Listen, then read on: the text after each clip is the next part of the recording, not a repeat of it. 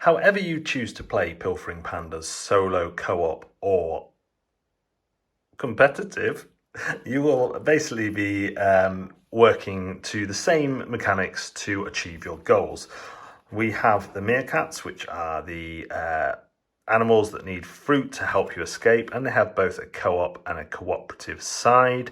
The co-op and solo sides has impact on the zookeeper's movement. So if you play 1 to 6 cards next to Aya and Kai, then each time you add to it, the zookeeper will move 1. However, if you play more than 7 cards, it will be 3 each time. And if you get them the correct fruit in any of your sets, then your panda will move again.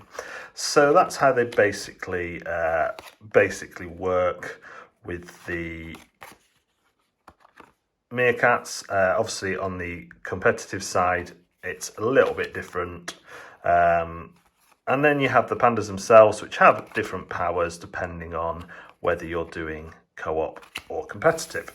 So the basic game is kind of a rummy-esque set collection game where you are trying to make runs of sets and numbers.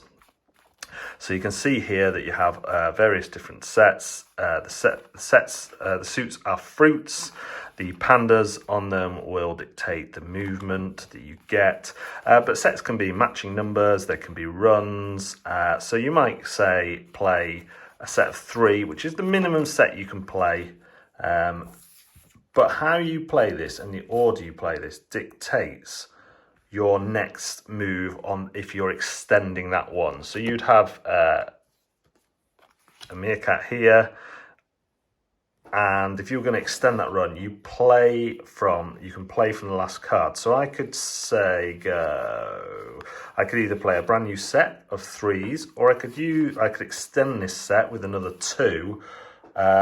So if I was playing a minimum of 3 3s, I'd just do that. But otherwise, I'm going to play from the last card. So, I can incorporate it into my new one. So what I could do is a 3 and a 4 to make my set start from the 2. I can also, like I say, extend by just 1 card.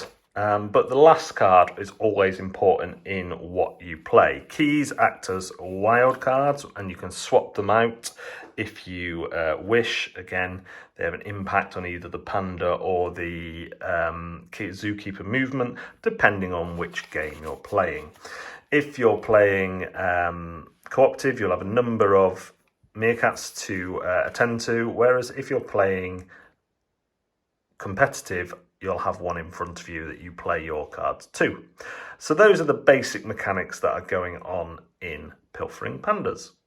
Pilfering Pandas is a clever take on set collection and making runs whichever way you play it. Each game focuses on that kind of playing 3 cards that come into a run, either as the start of a new set, but they must obey the rules for continuing on when you're playing them to one of the meerkats, or starting your first one and starting from whatever. And that's a really important decision because you are going to have to continue from that point. The first time you play it, indeed, you may actually forget about how the sets interact with each other and find yourself in a position where you're having to draw cards quite a lot and use your turns that way. In fact, I lost my first solo game because I hadn't really anticipated for that. But after that, it kind of twigs for you and you start just planning your actions a little bit different, swapping with people if you're playing a co-op, or just building up before you make your move, and it works really well. These solo and co-op games are probably my favourite way to play it because it feels like there's more going on, but the competitive game works well too. The base mechanics is kind of based on rummy sets, but again condensed into just 3 cards at a time, and there's some really nice mechanics to stop you feeling totally useless when you can just add 1 to the end of a set as an extension. If you are playing solo or cooperative, the zookeeper is a right pain, and you do have to bear in mind all the different ways that the zookeeper can move. My biggest problem at this stage is something that will be fixed, no doubt, given the history of Wren Games, and that is the rules, for my understanding, are just in a bit of a funny order. So I don't quite get everything the way I would like it. Now, that's not saying everyone's like me, but it's just saying that at the minute, that was my biggest problem with the game. And for people who back this as Kickstarter, that should be eliminated by the process of the Kickstarter. And I've, of course, got a prototype copy. So I think this is another great game from Wren Games. I think it's quite different in theme to their previous releases, but it kind of retains that something special that Wren Games have with their previous games, where it just, yeah, it's hard to put a word on it actually. But yeah, so it feels like part of the collection, even though theme-wise it is totally, you know, gone from space down to the zoo.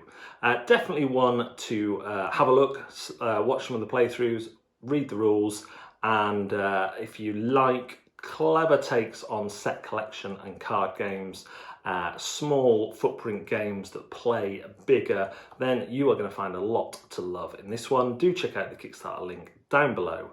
Thanks very much for watching Pads and Pawns. We'll see you next time.